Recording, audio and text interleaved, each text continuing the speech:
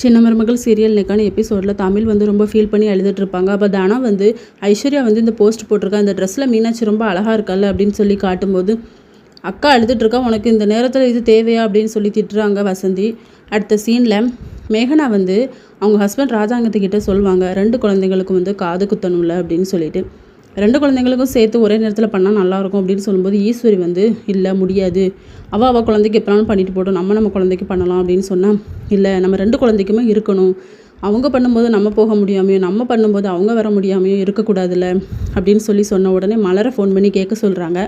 ஆனால் தமிழ் வந்து நீங்கள் அந்த குழந்தைக்கு எப்போனாலும் பண்ணிக்கோங்க, அழகு இருக்குது, நான் மீனாட்சிக்கு என்னைக்குனாலும் மொட்டை அடித்து காது குத்திக்கிறேன் அப்படிங்கிற மாதிரி சொல்லிடுறாங்க.